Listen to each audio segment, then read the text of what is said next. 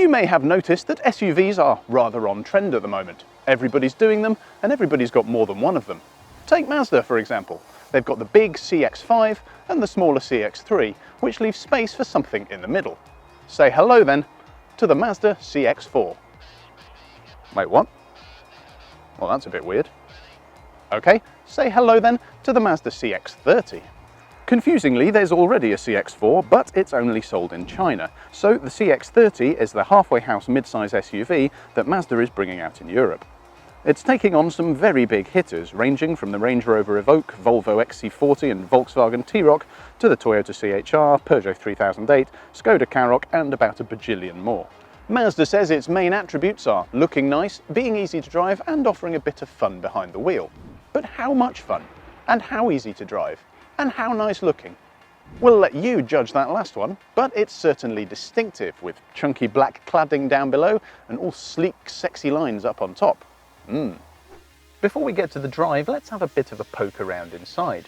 There's a very premium air in here with some very nice quality plastics and, in this slightly swanky version, some leather as well. The infotainment system is slick, quick and easy to use, using this central dial rather than a touchscreen, although the screen is a little bit small compared to some other rivals.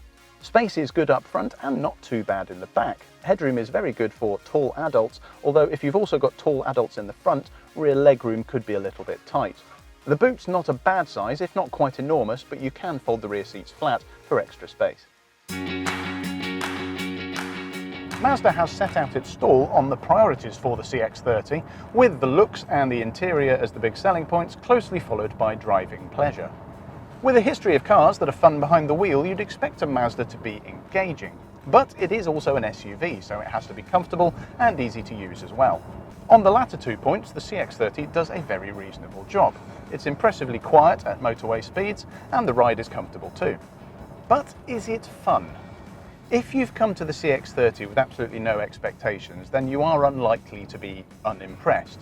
It's easy to drive, it stays nice and flat while cornering, and it doesn't feel too SUV-like. If anything, it feels almost more like a hatchback when you're behind the wheel.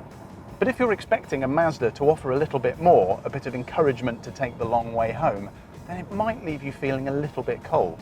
It's not bad, but it doesn't give you that feeling of nippiness or spirit that you get with, say, Seat's Ateca. The steering's a little bit vague and there's not that much sharpness to the whole experience, but if you're not bothered by that kind of thing, it's absolutely fine. Engine-wise, you've got two choices.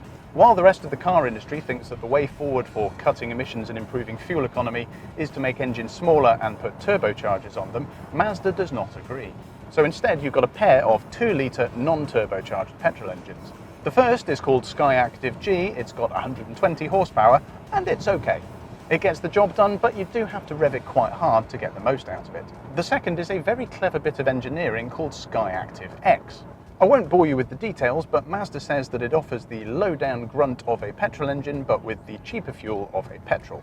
So does it? Well, no, not quite. There is a bit more grunt at low revs than you might expect to find in a normal petrol engine, but it's nowhere near that you get from a diesel. And you still have to rev it pretty hard to find the full 180 horsepower. It just doesn't have that much urgency if you're looking for that Mazda fun factor. Fuel economy compared with other smaller turbocharged rivals looks to be pretty similar, but the CO2 impressions are impressively low. With no diesel version of the CX-30 coming to the UK, this is probably the best alternative. You can get both engines with all-wheel drive or an automatic gearbox, but to be absolutely honest, front-wheel drive and the manual gearbox is all most people should need. The CX-30 is a very good-looking car in an SUV market that rewards sexiness, so that alone should be enough to have quite a lot of customers sniffing around it. It's not quite the dynamic, fun-to-drive small SUV that Mazda aficionados might have been hoping for, but it is well-made, comfortable and decent enough to drive. It also comes with plenty of trim choices and a lot of standard kit, so you should be getting quite a lot of car for your money. Don't be surprised to see quite a few of them on the road, and don't be surprised to see quite a few heads turn as it goes past.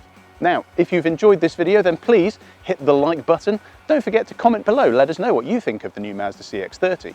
If you want even more information on it, then check out our full in-depth written review at autotrader.co.uk. And while you're here, please subscribe to the channel, it'll really help us out, and we've got loads of great content to help you find your next car.